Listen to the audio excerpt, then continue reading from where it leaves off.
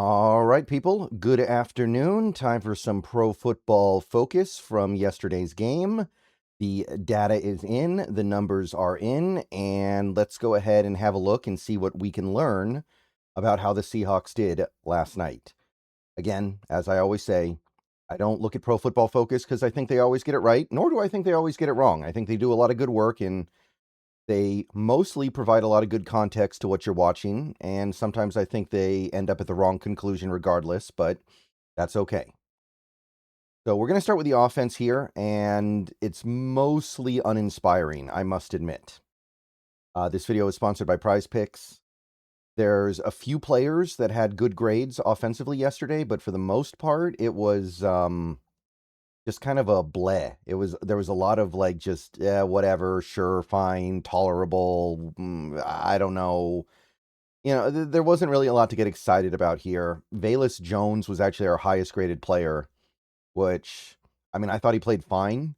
I didn't think he stood out like this though. So take from this what you will. It's not like he played a ton anyway. It's 13 snaps, so it's a small sample size anyway. But the main positive here is that we saw a lot of good things from the offensive linemen. And that is consistent with what I saw with my eyes last night. I thought the offensive line had a much better day. I think we had good play from quite a few different guys. Cable Dew was graded very well. Oluwatimi was graded really well. Moranguez was actually graded well too, which is nice because he I wonder if there's a scenario where we trade Oluwatimi and Moranguez becomes our backup center. And I think yesterday was at least a step in the right direction because between what's happening in Los Angeles with the Chargers and what's happening in Baltimore, I think there's going to be a market for Oluwatimi if we're willing to put him up on the block. And then, of course, you had Drew Lock here with a strong grade as well. Really good. And it checks out. I mean, if you really look at his game, for the most part, what he did was just check it down and play it safe. But that's not a bad thing to see from Drew Lock because his thing is he takes too many chances and tries to huck it downfield. So having a game where he doesn't do that is a positive. Richmond, he only played 7 snaps, so I'm not really looking into that. But yeah, Josh Jones get graded well here too. So a lot of offensive linemen came out of this looking good. Christian Haynes, for some reason, was down pretty far, which surprised me. I thought he actually played good, but it's not terrible or anything. So for the most part, the offensive linemen were the best part of the offense last night. There were a few negatives, but overall, big improvement from last week, and that's good. You also had Elijah Arroyo come in with a pretty decent score, although I don't know about this. Like, I thought he actually had one of the important blocks on the Jacardia Wright touchdown run. So I thought he'd do a little bit better in the run blocking category than this, but overall, still successful day for him. Manuel Henderson did okay as well. Oh, Bobby Hart, offensive lineman I didn't mention, but he did okay. Mostly pass blocking, but at least serviceable.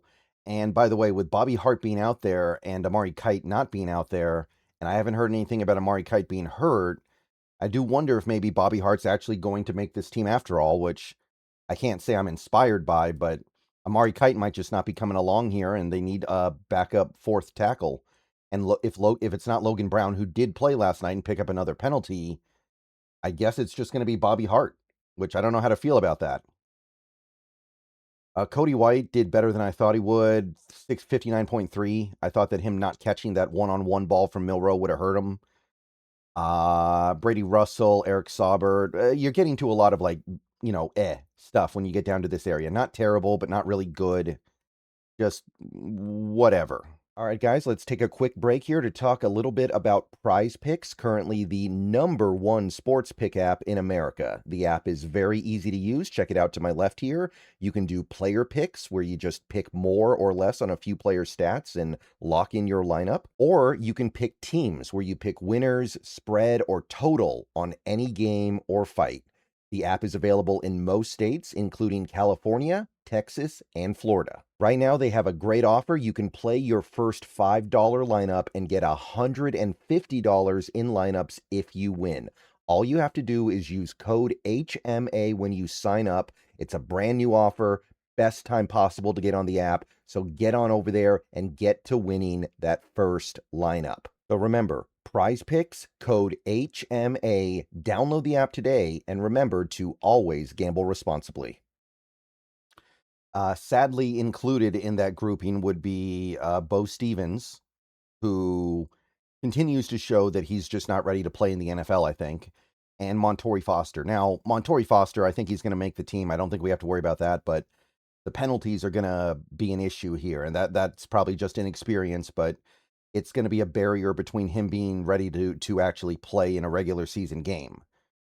Jalen Milroe was pretty bad, which, I mean, we watched the game last night, right? We have eyes. They did give him a little bit of credit for that scramble, but overall pretty bad. Collar up, Hankerson, Logan Brown. Logan Brown's got to be one of the bigger disappointments right now because I think they were really hoping he would become the backup right tackle. And 2 games, that first game he was graded well, but he had all those penalties. And now in this game, he's not even graded well. So not really playing out the way the Seahawks were hoping. And despite the long touchdown run, Jacardia Wright, one of our worst graded players. And I'm going to be perfectly honest here. I know he didn't really grind out a lot of yardage other than the long run, but I thought he was playing fairly well. So I'm looking at this and I'm like, okay, he did have the one play where he ran backwards and didn't get the first down when he caught the ball. And okay, pass blocking grade. All right, fine. But I have a hard time with this one. I don't see it that way. I thought Jacardia Wright played at least okay. I know that there are mistakes in there, but I think he was getting what was there on a lot of those plays. And Rashad Rochelle at the bottom here because of the drop, although it was only 4 snaps, so that is really not going to tell you anything. That's the overall picture of the offense as of right now. 6 penalties, by the way, which was a big limiting factor for this crew. Going a little bit more granular, passing stuff, we have no big-time throws by other quarterback. I guess they don't consider the Arroyo touchdown a big-time throw because he was open by like 20 yards or whatever.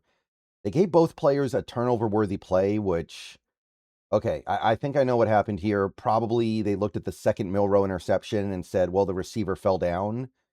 But he fell down because the throw was bad. Like, that's still a bad throw. And it's still probably getting picked off even if Henderson doesn't fall down. So I don't agree with that at all. I think you got to give Milroe the second turnover-worthy play. And Locke, I'm guessing the one that got picked off but called back on a penalty was the turnover-worthy play for him. So, yeah, makes sense. I mean, he probably should be punished for that. And you're kind of seeing the same thing again, right? Drew Lock getting the ball out in a reasonable amount of time, although 3.1 is actually more than you would expect. And Milroe holding onto the ball for a million years, so that's a big difference between the two guys right now. And the passing chart, I mean, it kind of tells you what you already knew. Drew Lock did actually try to push it down the field a couple of times, but other than the wide open touchdown to Arroyo, he basically just checked it down and kept things simple. Which, again, I'm not against it. I'm not against Drew Lock just keeping things simple because in this offense, if he ever had to play in a game, that's probably all we would want him to do. And Milroe, I mean, there's a couple of big throws here, right? He had the seam ball over the middle. That was a good throw, but, well, it was a decent throw. It was a little bit behind Foster, but Foster caught it. And you see him playing with the dials a little bit, but it's not resulting in much. Like, both interceptions are to the intermediate part of the field. And I mean, we watched the game last night. We know how those interceptions went. And he just can't string it together. And look, we have the luxury of being able to wait on Milroe, but I'm not seeing any reason to believe this is going to get better. And we're spending time on him that could be spent on another player, is what I'm going to say about that. So, to me, even if Milroe could be good one day, and I suppose he could be, it's not going to happen on this team with this offense, I don't think. Okay, receiving grade report. Again, a lot of like bleh in this category. Really not much to speak of. The only thing I really like to look at here, though, is just the slot versus wide splits. And we got quite a few different players into the slot in this game, including Arroyo twice. So that's something to keep an eye on if we get short on receivers this year. Arroyo may end up playing a lot of snaps as a slot receiver or even a wide receiver once or twice. But Cody White, Montori Foster, and Ricky White all played a non-trivial number of snaps in the slot, but they all played more snaps in wide formation. So when you look at that, it's a pretty good setup here. There are teams out there that feel like they don't have enough guys that can play out wide. This team feels like they have a lot of guys that can handle lining up wide. Almost everybody on the team can at least do some of it. Also note that as much as Arroyo did line up as a wide receiver a little bit, still a good amount of inline work.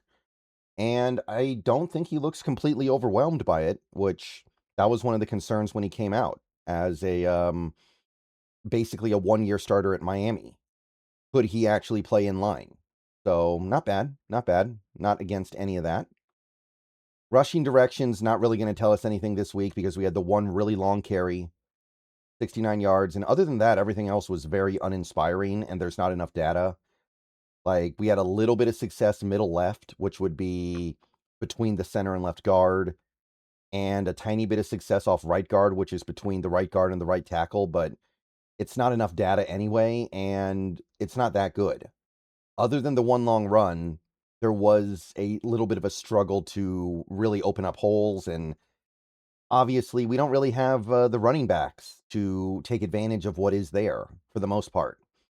Like, Jacardia Wright will still probably not make this team. I like him, but I don't see him making the team, not the 53-man. And you've got Wilson injured. You got Charbonnet injured. The only back you've got that's like active right now that you could use that's actually going to make the team is Halani, and he did not get any carries last night. So not much to say there. Pass blocking, for the most part, I think this was probably the best part of the team last night. I think they held up really well overall. I thought it was at the very least an improvement. And you can see most of the players are fairly well graded in this category. Even Christian Haynes, who got punished a little bit by PFF, they liked him. Bobby Hart, who was pretty rough last week, did well. There were a grand total of 8 pressures allowed, 1 sack, 1 hit, 6 hurries. 2 of the hurries were on Bo Stevens, so he's kind of having a welcome to the NFL moment. There was one on Hankerson, who's a running back that I think already has been let go, by the way. I think he's going back to college or something. Logan Brown gave up the sack. Christian Haynes gave up a pressure. Bobby Hart did. Cable Dew gave up 1. Josh Jones gave up a quarterback hit, so wasn't all great, but nobody's like egregiously to blame for things here except for maybe Bo Stevens, right? And look, if you thought that Bo Stevens was going to start this year, I think you were kind of fooling yourself a little bit. Like, it would have been nice, it would have been great because you could have saved money and gotten younger, but I don't think that was ever a realistic hope. And we're just not. I don't think he played terrible yesterday, but you're seeing the issues. So overall, not bad. Like I said, Cable Dew played better. You've got Moranguez keeping clean, although it's a lot easier when you're a center. That's really about it.